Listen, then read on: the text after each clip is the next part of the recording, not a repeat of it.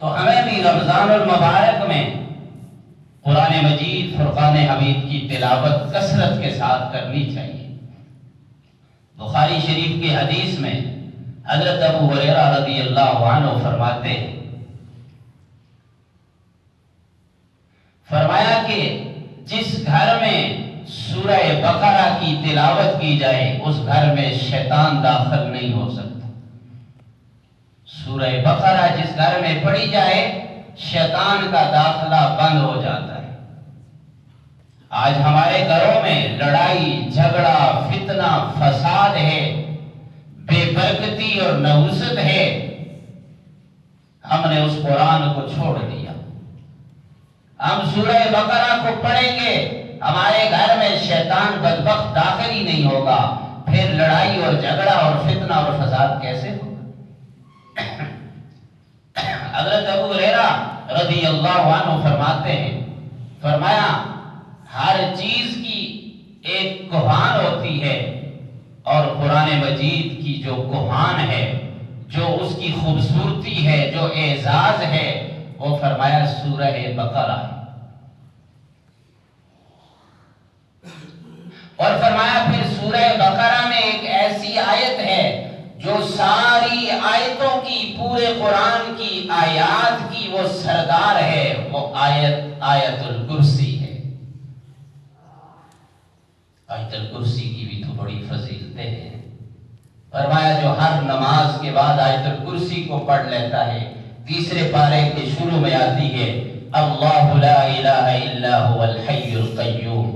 یہ بچوں کو بھی یاد ہے، بزرگوں کو بھی یاد ہوتی ہے، اکثر یاد ہوتی ہے، نہیں ہے تو اس کو یاد کر لو۔ ایک آیت ہے۔ فرمایا موت کے علاوہ دنیا کی کوئی طاقت آپ کو نقصان اور ضرر نہیں پہنچا سکتی۔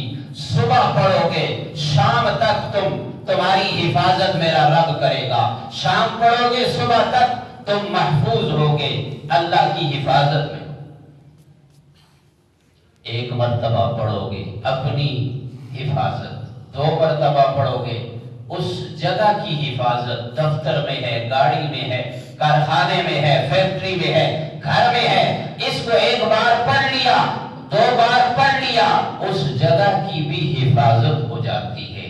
اور علماء فرماتے ہیں اگر 3 مرتبہ پڑھ لی تو اس محلے اور اس بستی کی بھی اللہ حفاظت فرما دے۔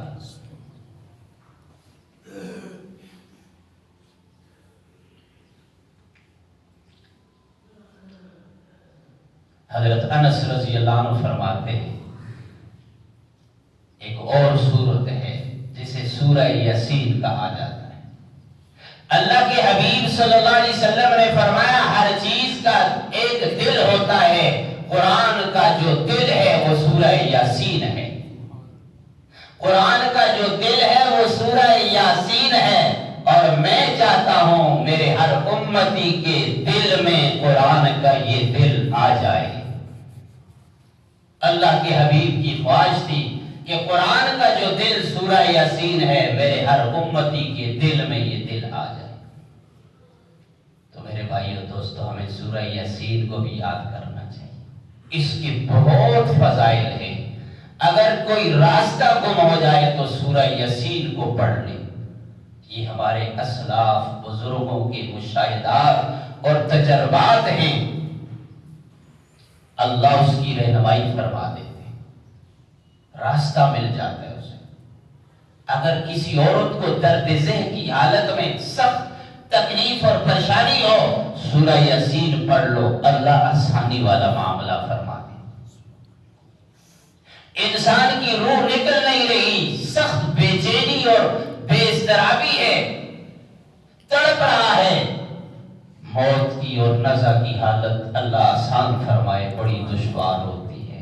اللہ کے حبیب نے بھی موت کی سختی اور نزع کی حالت سے پناہ مانگی، یا اللہ آسانی والا معاملہ۔ تو فرمایا نزع کی حالت، موت کے وقت روح نکل نہیں رہی، وہ تڑپ رہا ہے، سورہ یاسین پڑھ لو، اللہ تعالیٰ اس کی روح کو آسانی کے ساتھ قبض فرما لے۔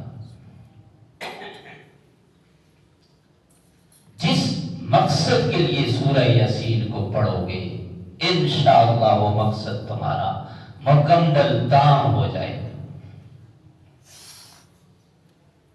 حضرت جابر رضی اللہ عنہ فرماتے ہیں قرآن میں ایک سورت ہے جسے سورہ ملک کہا جاتا ہے، جس کی 30 آیات ہیں۔ وہ فرماتے ہیں کہ صحابہ اکرام ایک قافلے میں گئے تو وہاں انہوں نے خیمہ لگایا، تو وہاں سورہ ملک کی اس کے پڑھنے کی آواز آ رہی تھی، اور پوری سورت سورہ ملک جو 29ویں پارے کے شروع میں آتی ہے۔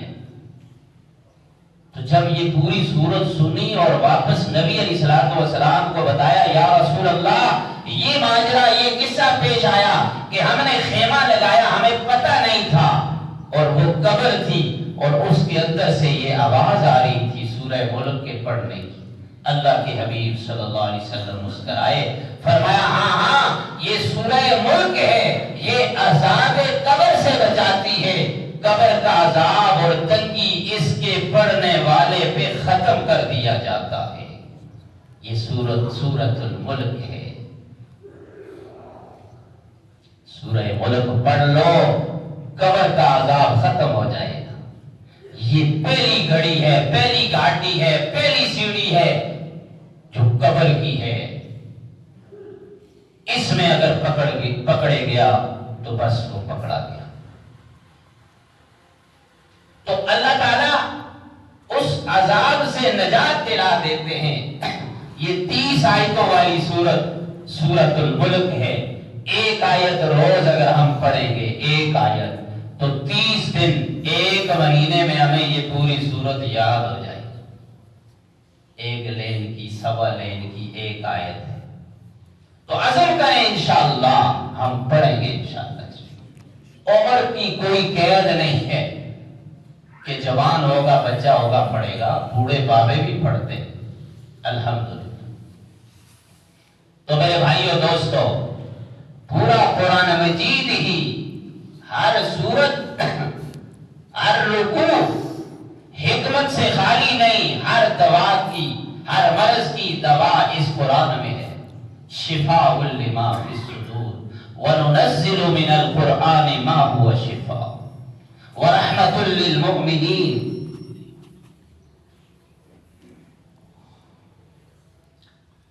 صحابہ فرماتے ہیں نبی پاک صلی اللہ علیہ وسلم نے فرمایا کہ سورہ فاتحہ جو ہم ہر نماز کی ہر رکعت میں پڑھتے ہیں، ہر بیماری کا روگ، ہر بیماری اور روگ اور مرض کی دوا سورہ فاتحہ میں ہے، اور اس کا ایک نام سورۃ الشافیہ بھی ہے، شفا دینے والی، ہر مرض کی دوا۔ فرماتے ہیں کہ ہم ایک قافلے میں تھے تو وہاں کا جو سردار تھا اس کو ایک بچھو نے ڈس لیا۔ نبی علیہ السلام کے دور کا واقعہ، ایک بچھو نے اس سردار کو ڈس لیا، جنہوں نے ان کو بستی میں کھانا اور رہائش نہیں دی تھی۔ تو صحابہ فرماتے ہیں اب وہ سردار کو جب بچھو نے ڈس لیا تو وہ لوگ ہمارے پاس آئے، تو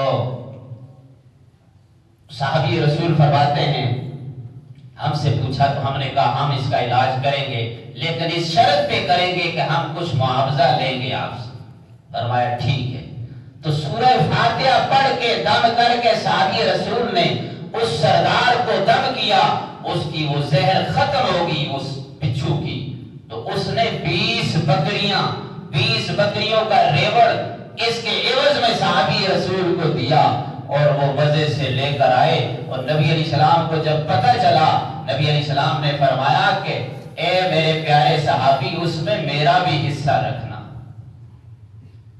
اس سے پتہ چلا کہ سورہ فاتحہ کے اندر کتنی بڑی طاقت ہے، اور اسلاف ہمارے بزرگ فرماتے ہیں اس کا ایک چلہ ہے۔ میرے استاد محترم شیخ ظفر علی خان رحمہ اللہ وہ بھی بتلایا کرتے تھے، فرمایا کہ اس کا ایک چلہ ہے سورہ فاتحہ کا۔ فجر کی نماز فرضوں سے پہلے سنتوں کے بعد سنت اور فرائض کے درمیان جو آدمی 41 دن تک روزانہ 41 بار اس کو پڑھے اور ایک سانس میں پڑھنی ہے، بسم اللہ کے ساتھ پڑھنی ہے، بسم اللہ کے ساتھ سورہ فاتحہ 41 دن آپ ایک سانس میں پڑھیں گے اور فجر کی سنت اور فرضوں کے درمیان پڑھیں گے، ناغہ نہیں کریں گے، تو فرمایا یہ آپ کا چلہ پکا ہو جائے گا۔ پھر کسی کو اگر حتیٰ کہ باولا پاگل کتا بھی کاٹے، موذی جانور بھی کاٹے، آپ اس کو پڑھ کر کے دم کر دیں تو گارنٹی ہے۔ جائیں ذرا کر کے دیکھیں، لوگوں نے اس پہ کام کیا ہے، مشاہدہ کیا، یہ اللہ کی کتاب ہے، اللہ کا قرآن ہے، ایک ایک حرف جو ہے اس کا وہ ایٹم بم سے زیادہ طاقت رکھتا ہے۔ میرے بھائیو دوستو، ہمیں قرآن کو پڑھنا چاہیے، یہ ہمارے لیے فائدہ مند چیز ہے، اور اللہ تعالیٰ نے اس قرآن کو رمضان کے ساتھ جوڑا، رمضان میں اتارا، باقی کتابوں کو بھی رمضان میں اتارا، لیکن قرآن کے بارے میں فرمایا شہر رمضان الذی انزل فیہ القرآن ھدی للناس وبینات من الھدی والفرقان۔ اور جن لوگوں نے اس قرآن کو سینے سے لگایا، جن لوگوں نے اس قرآن کو اپنے سینے میں جگہ دی، اللہ نے ان کو بھی چمکایا۔ میرے نبی نے فرمایا ان اللہ یرفع بہذا الکتاب اقواما، فرمایا ہاں یہی قرآن ہے، اللہ اس قرآن کی وجہ سے بعض قوموں کو بلند مقام عطا فرماتے ہیں، اعلیٰ اور عرفہ مقام عطا فرماتا ہے۔ ان اللہ یرفع بہذا الکتاب اقواما، قومیں جو عروج پہ جاتی ہیں، ترقی پہ جاتی ہیں، اوپر کی منازل طے کرتی ہیں اس قرآن کی وجہ سے، جو اپنا منشور بنا لے، اس قرآن کو اپنا دستور بنا لے، اپنی زندگی کا اوڑھنا بچھونا اس قرآن کو بنا لے، اللہ پھر انہیں ترقیاں عطا فرما دے۔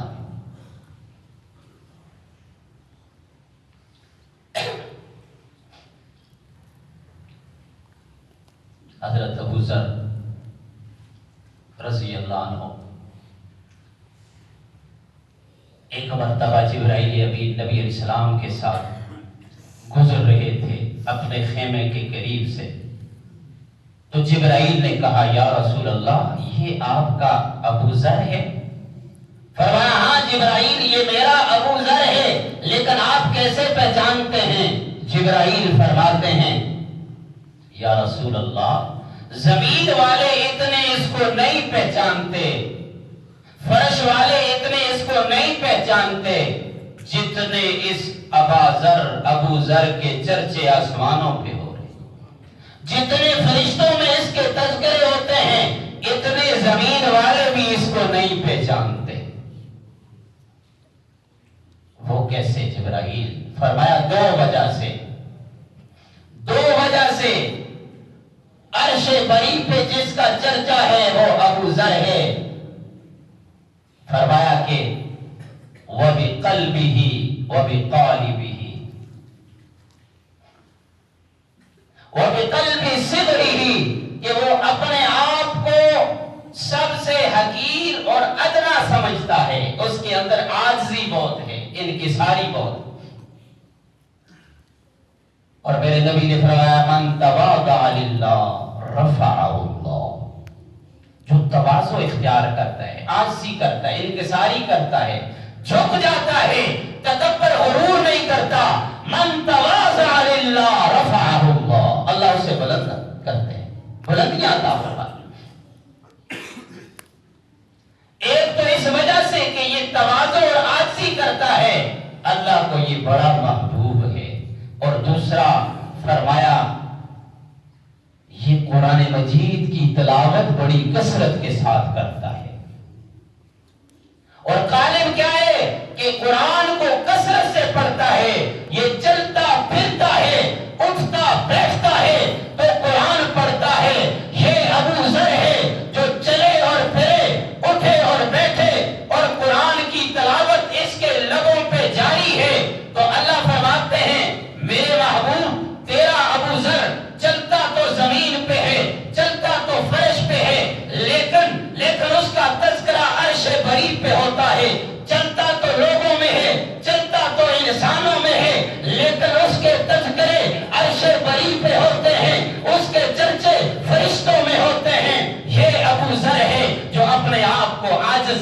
ہے انکساری کے ساتھ گڑ گڑاتا ہے اور قرآن کو پڑھتا ہے. قرآن کو اس نے سینے سے لگایا ہوا ہے اور اللہ یوں انہیں مقام اور مرتبہ عطا فرماتے. یہ ہے ان اللہ یرفع بہذا الکتاب اقواما. یہ کون ہے؟ یہ حبشے کا کالا بلال ہے. اے جبرائیل، یہ جنت میں اور آپ دو ہیں، یہ تیسری آواز کہاں سے آئی؟ ہاں یا رسول اللہ، یہ تیرا بلال ہے، یہ اس کے قدموں کی آہٹ ہے. او بلال، تو کیا عمل کرتا ہے کہ تیرے قدموں کی آہٹ مجھے جنت میں سنائی دیتی ہے؟ یا رسول اللہ، میرا تو کچھ عمل نہیں، بس صرف یہ عمل ہے، میرا وضو ٹوٹ جاتا ہے، میں وضو کر لیتا ہوں، ہر وقت باوضو رہتا ہوں، ہر وقت وضو میں رہتا ہوں، اور وضو کے بعد 2 رکعت پڑھ لیتا ہوں، تحیۃ الوضو پڑھ لیتا ہوں، بس یہ میرا عمل ہے. اللہ فرماتے ہیں میرے محبوب ہے تو تیرا بلال ہے، حبشے کا بلال ہے. فرمایا کہ اتنا مقام اور مرتبہ اس کو کیسے ملا کہ وہ صرف نبی کی سنت پہ عمل کرتا ہے، وہ پاک اور صاف رہتا ہے، باوضو رہتا ہے اور 2 رکعت تحیۃ الوضو پڑھ لیتا ہے. میرے بھائیوں دوستو، ہمیں بھی غور کرنا چاہیے، فکر کرنی چاہیے. ہم بھی قرآن کو سینے سے لگائیں، اللہ وہ مقام اور مرتبہ عطا فرمائے گا. حضرت امام شافعی رحمہ اللہ کے بارے میں آتا ہے، رمضان المبارک میں وہ 61 قرآن مجید پڑھتے تھے. 61 قرآن. حضرت امام بخاری رحمہ اللہ 60 قرآن مجید کا ختم رمضان المبارک میں کرتے تھے. امام اعظم ابو حنیفہ رحمہ اللہ 63 قرآن مجید رمضان المبارک میں ختم کرواتے. ذرا میں اور آپ کی غور کریں، ہمارا ایک قرآن بھی ہم نے پڑھا؟ پہلا عشرہ ختم ہو گیا، اولہ رحمہ، رحمت کا عشرہ ختم ہو گیا، اوسطہ مغفرہ، یہ مغفرت کا عشرہ شروع ہو گیا. ہم نے کتنے قرآن پڑھے، کتنی صورتیں ہم نے یاد کی، اور کتنا ہم نے عزم کیا کہ ہم اس رمضان کے بعد انشاءاللہ ہم اپنے قرآن کو پڑھیں گے، اس کا ترجمہ پڑھیں گے. غور کریں، زندگی کا کوئی پتہ نہیں کس موڑ پہ آخری شام ہو جائے. کتنے لوگ ہمارے پیارے گزشتہ رمضان میں ہمارے ساتھ سحری افطاری کرتے تھے، نماز پڑھتے تھے، آج وہ ہم سے جدا ہو گئے، بچھڑ گئے. اس لیے قرآن کو پڑھیں. کبھی یہ بہانہ ہیلا بہانہ نہیں چلے گا، میری عمر بڑی تھی، میری فیکٹری کا کھانا نہیں.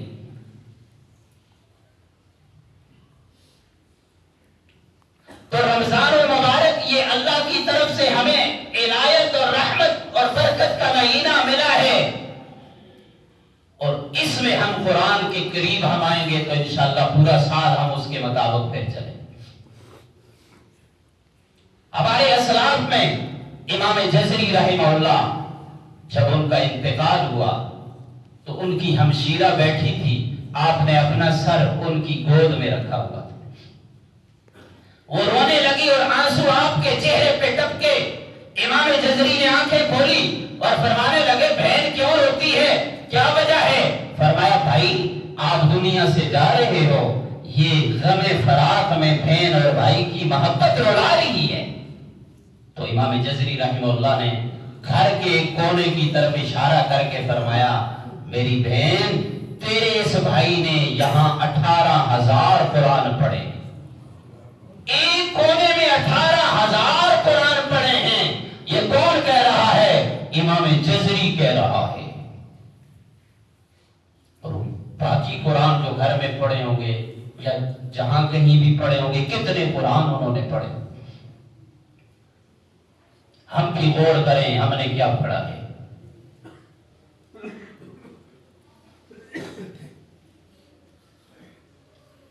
لوگوں کی زندگیاں اس قرآن میں گزری ہیں، اس قرآن کو پڑھتے پڑھاتے گزری ہیں. فرمایا کہ قیامت کے دن جو حافظ قرآن ہوگا اسے کہا جائے گا، اس کے ماں باپ کو ایک ایسا لباس، جنتی لباس پہنایا جائے گا، البس والداہ، ایسا تاج رکھا جائے گا اس کے سر پہ، تاج یوم القیامت ضوءہ احسن من ضوء الشمس۔ میرے پاک نبی نے فرمایا اس کے والدین کے سر پہ ایسا تاج ہوگا، فرمایا اس کی روشنی، اس کی چاشنی اس سورج سے، دنیا کے سورج سے زیادہ ہوگی۔ ضوءہ احسن من ضوء الشمس، یہ سورج اس کے سامنے ہیج ہوگا، کچھ نہیں ہوگا، یہ اعزاز ہوگا۔ حافظ کے والدین کا اعزاز ہوگا، ماں باپ کا، اور حافظ کا کیا اعزاز ہوگا، حافظ قرآن کا کیا اعزاز ہوگا۔ کہا جائے گا میرے بندے پڑھتا جا اور جنت کے درجے چڑھتا جا، الحمد کی الف لام میم سے وہ شروع کرے گا، والناس کی سین پہ جا کر کے اس کا آخری سٹاپ ہوگا۔ اور کہا جائے گا اے حافظ قرآن، 10 آدمیوں کو اپنے خاندان کے جس پہ جہنم واجب ہو چکی ہے، لے جا ان کو جنت میں لے جا۔ میرے بھائیو دوستو، جس نے صرف ناظرہ پڑھا ہوگا، جو بچہ یا بچی، اس کو بھی جنتی لباس پہنایا جائے گا، یہ اعزاز ہوگا اس کا۔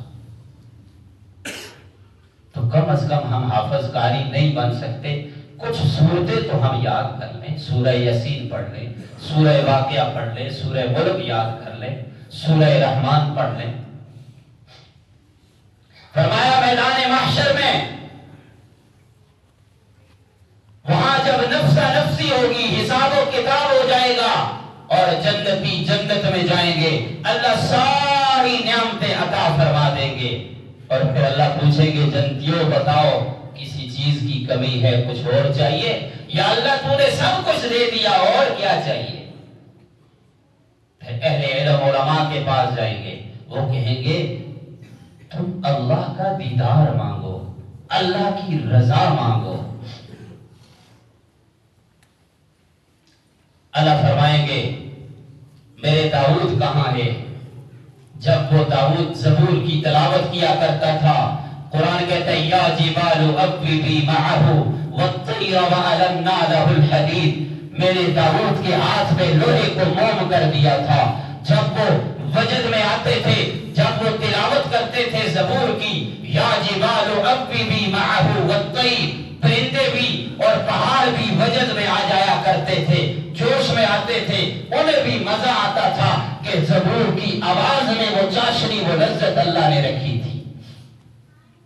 آج قیامت کے دن ساری امتیں، سارے جنتی ہوں گے، اللہ فرمائیں گے میرا داؤد کہاں ہے؟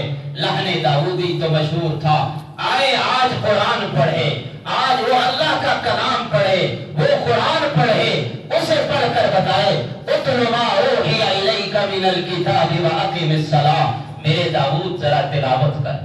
حضرت داؤد تلاوت فرمائے، پھر امام کائنات محمد الرسول اللہ کو بلایا جائے گا، جس پہ قرآن اترا، جو چلتا پھرتا قرآن تھا، آج اس صاحب قرآن سے کہا جائے گا اے میرے محبوب آج تم بھی تلاوت کرو، ذرا سناؤ قرآن، اتل ما اوحی الیک من الکتاب واقم الصلاۃ۔